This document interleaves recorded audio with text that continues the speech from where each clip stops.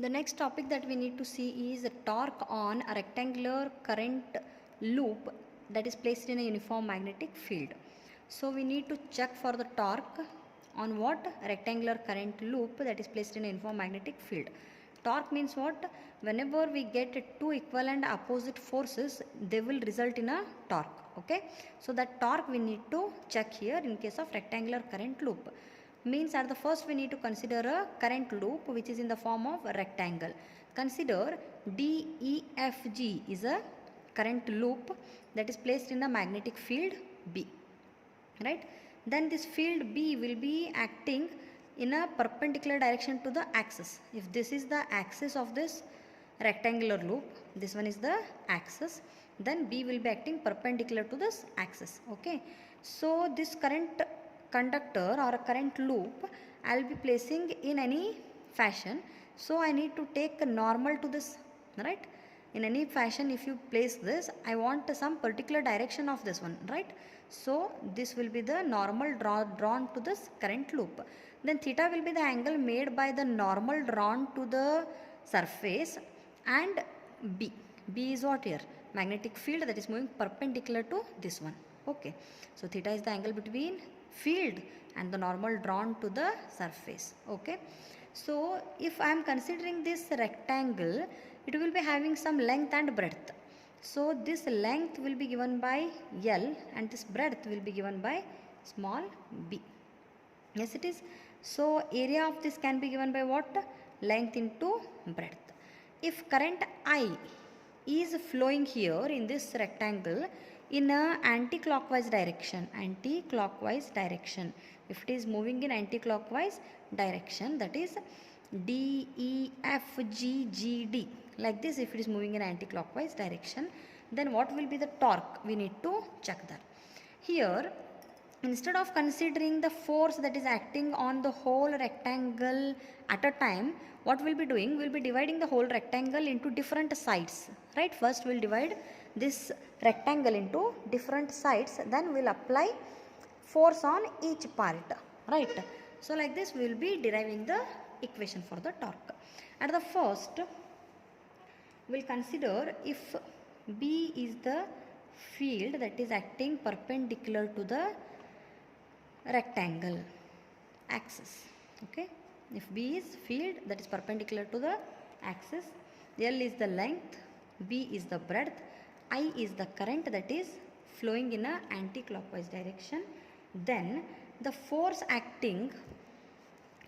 on EF, the arm EF can be written as, in the last case you have derived the formula for force on a straight current carrying a conductor. So the same you need to apply here. That's it. Force on EF is equal to I into length into field you have did there. So length of this EF is what? EF is B cross capital B. The same can be rewritten as what? I as it is. Cross product of two vectors is magnitude of B into sine of angle between them.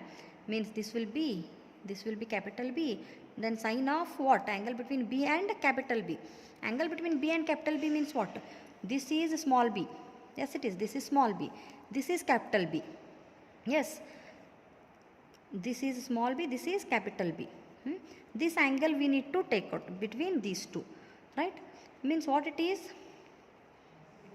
Sine of 90 degree minus theta. Right? No? Because B will be to the axis perpendicular it is. Right? B will be to the axis perpendicular it is. This whole will be what? Perpendicular means 90 degree. Then what about this? This is theta. Means which angle we want now? B means normal drawn. What is? This one is B. B with capital B I want. This one I want. Means what it is? Full 90. 90 minus theta I want. This is equal to I B capital B. Sine of 90 minus theta means what can I write? Cos of theta. Right? This is what the force acting on side EF. Okay. Now similarly I need to take out for next side, that is this one. if I see this, then this is dg, right? It is. If it is ef, in this case, if current is moving like this, then here current is moving like this because it is in a anti-clockwise direction. What happens then? This will be moving outwards, then dg will be moving inwards, right?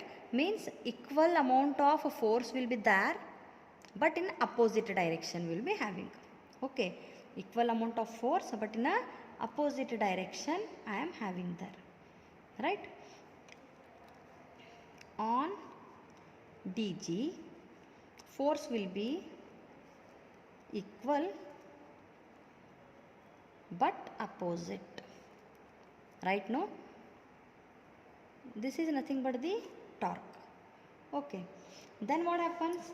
We need to take out force. Next term we need to consider, no? Take out force on side DE. Force on the side DE. Now consider DE. What will be this? Same. Current I into D will be having how much length? L, right? Cross B. Same you do. Then how can I reduce this? I into B into L into cross product of these two, magnitude of L, magnitude of B into sine of angle between these two, into sine of angle between these two. I need to take L and B. You consider, what is this? This is L, right? This one is L and B is drawn perpendicular to this one. Means what happened? This is B and this one is L, length. Means both are perpendicular to each other. Yes, no? B and L will be perpendicular to each other. So this will be 90 degree, which is equal to I, B, L. Sin 90 is equal to how much? 1. So this can be reduced as I into B into L. Yes, this is what the force on the side DE we have derived now. In next case, what can I do? Force on FG. D opposite side is which one? FG. Here also the force will be same if I consider, because the length will be same only. But what happens? The current I, whatever the current I am taking, in this case the current I will be flowing downwards, but in this case the current I will be moving in a upward direction.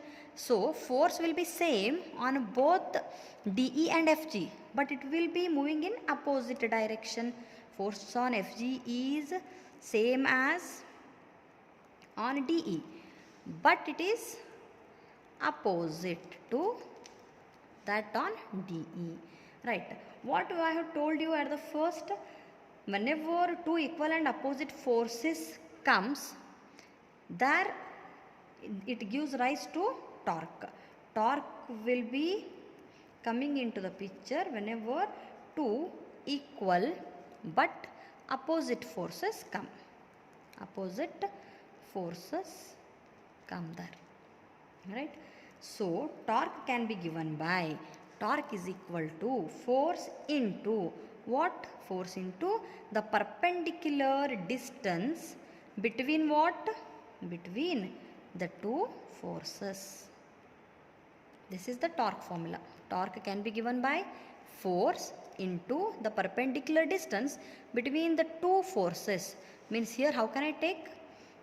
Torque will be the force into perpendicular distance between the two forces, right? No, these are the two forces, force acting on DE, force acting on FG, right?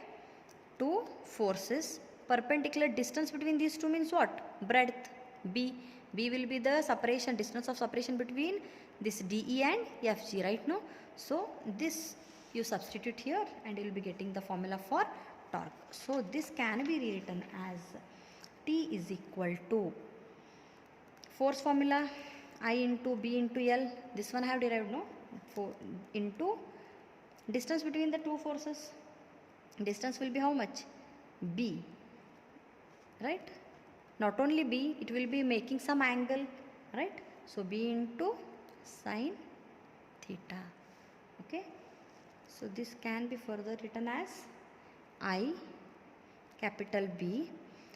See this now, this is L, this is small b, this is the length, this is the breadth. If I multiply L and B, what happens?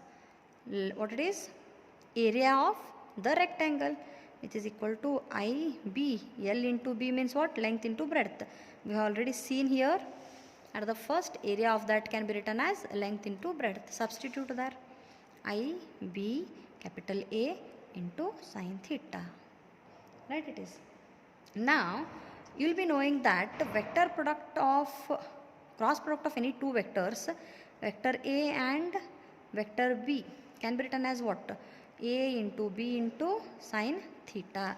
This is what? A cross B. Like this also I can write.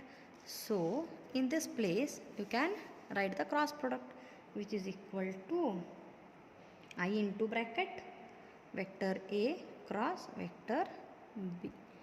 Torque can be given by this formula. So you have derived the formula for torque. Right? I hope you have understood. If not, go through the video again and again. You will get through.